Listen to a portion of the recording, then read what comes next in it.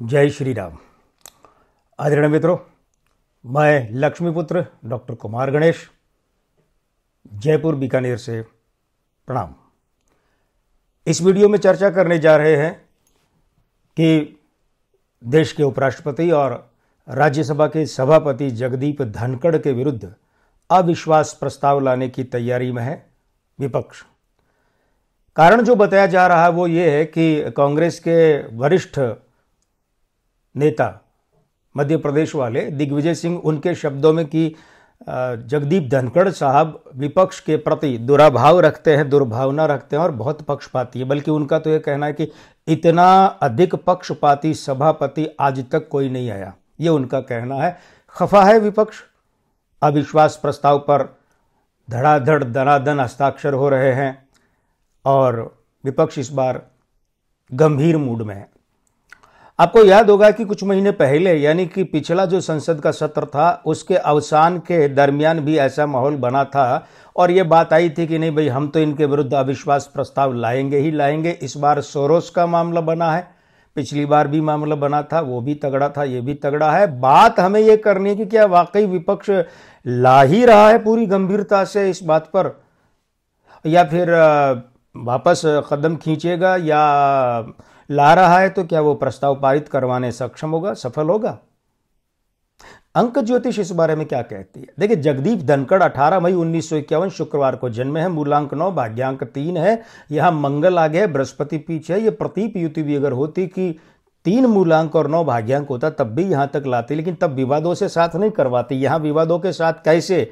वो इसलिए कि इनका जो जन्म का चलित अंक 6, मासांक 5 है, वर्षांक 7 है। अब ये जो 5, 6, 7 अंक 9 इनके साथ में विरोधी युति में बैठा है, ऊपर से नामांक भी 7 है, तो वहां भी इनका मूलांक 9 विरोधी युति में बैठा है।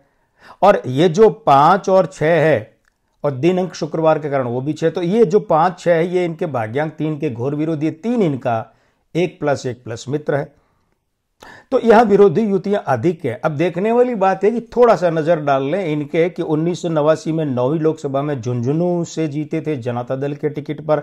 1990 में संसदीय कार्य राज्य मंत्री थे 4 महीने की चंद्रशेखर जी की केंद्र सरकार में, और 1993 से 98 राजस्थान के अजमेर जिले के किशनगढ़ विधानसभा क्षेत्र से ये विधायक रहे। जहां तक इनके जीवन की बात करते हैं तो देखिए, इनके यहां जो हावी अंक है वो है 3 और 4 और साथ में 9। जैसे कि राज्यपाल बने तो मूलांक 3 भाग्यांक 4 था, जब पद छूटा तो मूलांक 9 भाग्यांक 4 था। उसके बाद उपराष्ट्रपति बने तो यहां पर इनके स्त्री अंक आ गए थे। इनके उपराष्ट्रपति बनने में मूलांक 2 और भाग्यांक 7। अब ये दोनों क्या है, ये ध्यान से समझिए। अंक 2 और 7 दोनों स्त्री अंक और आपस में एक दूसरे के विरोधी हैं, मतलब घनिष्ठ मित्र हैं, सगे भाई हैं, है ना, दांत काटी रोटी वाला संबंध है, लेकिन एक दूसरे के विरोध में विपरीत है। तो ये अवस्था क्या बनती है? ये बुरी बनती है। इसका मतलब ये होता है ऐसे आदमी को अपने परिवार में ही जूझना पड़ता है। परिवार एक उपराष्ट्रपति के लिए, चूंकि वो सभापति होते हैं राज्यसभा के, तो उनके लिए उनका परिवार क्या होता है? वो होता है राज्यसभा। अब ये कहाँ जूझ रहे हैं? अपने ही परिवार यानी राज्यसभा में जूझ रहे हैं, क्योंकि इस पद पर आने के अंक स्त्री अंक है। वो अंक जो होते हैं ना, वो इनका जो अंक 9 है मूलांक, वो तो स्त्री अंकों के विरोध में ही रहता है सदैव के लिए। उसके बाद में उपराष्ट्रपति बनने का जो दिन का अंक 3, वो बीच का रास्ता निकाल लेता है। वो कहता है चलो मैं विवाद है, मैं थोड़ी पंचायती करता हूँ और आप लोगों को सुझाता हूँ कि भाई कैसे बीच का रास्ता निकाला जा सकता है। उसके बाद मासांक 8 है और वर्षांक 6 है।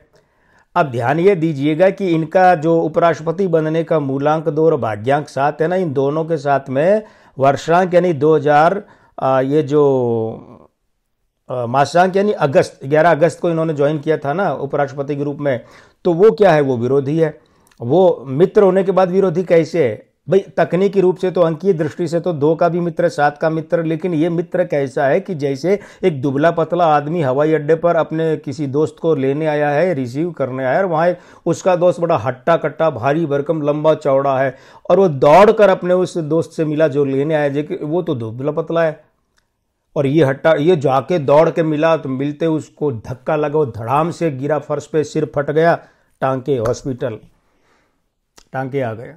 अब बताइए, ये तो प्रेम से गया था ना।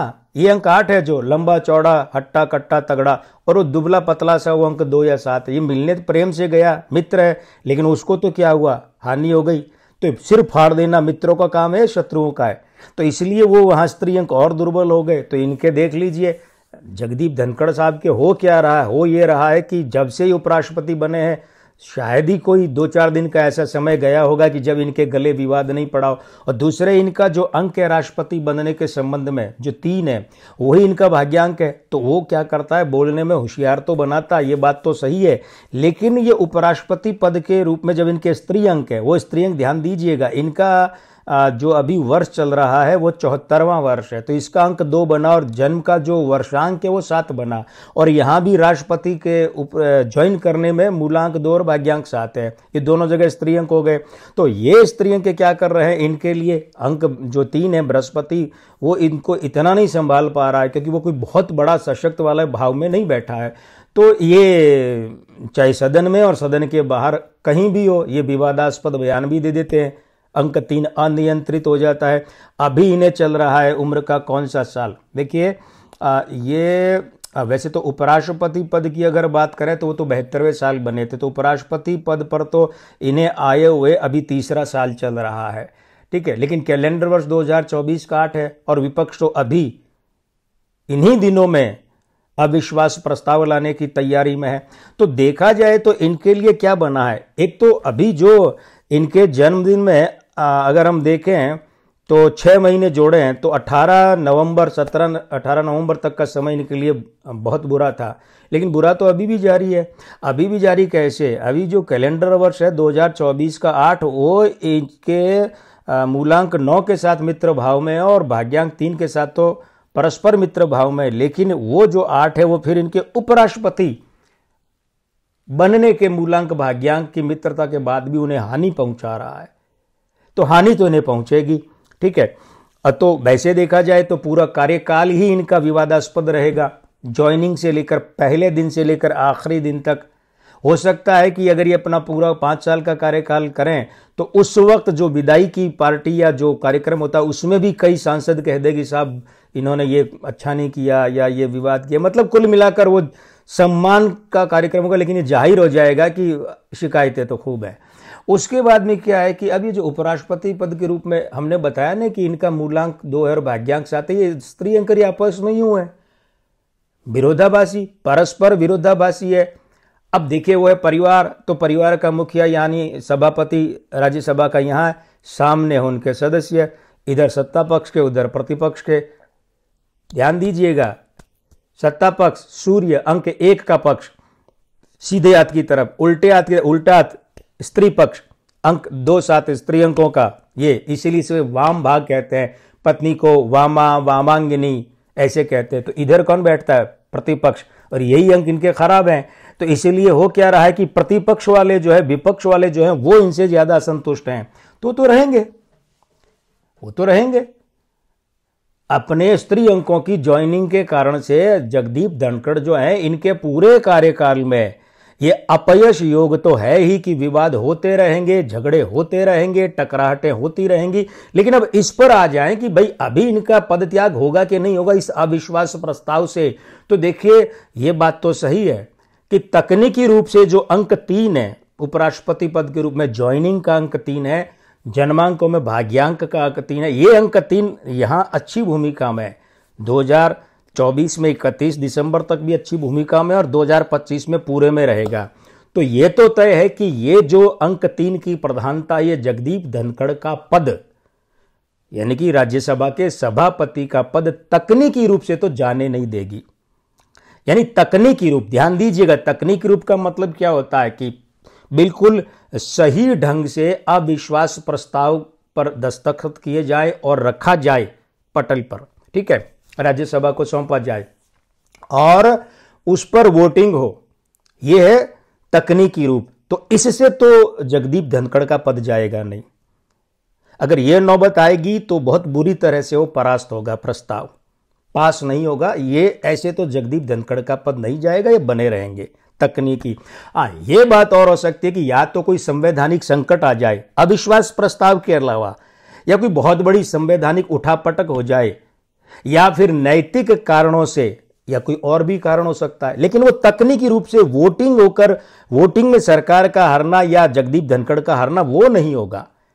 नैतिक कारणों से, किसी संवैधानिक दुर्घटना के कारण से, कोई और कारण हो सकता है, स्वास्थ्य का कारण है, जो भी कारण हो, तो उससे भले ही चाहे उनका इस्तीफा हो जाए, इनका जगदीप धनखड़ का इस्तीफा तब भले ही हो जाए, अन्यथा फिर दोहरा रहे हैं वोटिंग वाले नैतिक कारणों से, क्षमा कीजिए, वोटिंग वाले तकनीकी कारणों से तो जगदीप धनखड़ का पद नहीं जाएगा। वैसे चलते चलते एक बात और आपको बता दें कि 1994 में 14 साल की उम्र में इनके बेटे का, इकलौते बेटे का ब्रेन हेमरेज से देहांत हुआ था। तो हमारी मंशा ये कि हम बताना चाहते हैं कि इन्हें अग्र पितृदोष तो है ही, प्रतीप पितृदोष भी है। ये दोनों अवस्थाओं के कारण से पूरा का पूरा कार्यकाल जगदीप धनखड़ तकनीकी रूप से पूरा कर सकते हैं, लेकिन पूरा समूचा कार्यकाल विवादों से, अपयश से, लड़ाई झगड़े, असंतुष्टि से जुड़ा रहेगा। प्रणाम।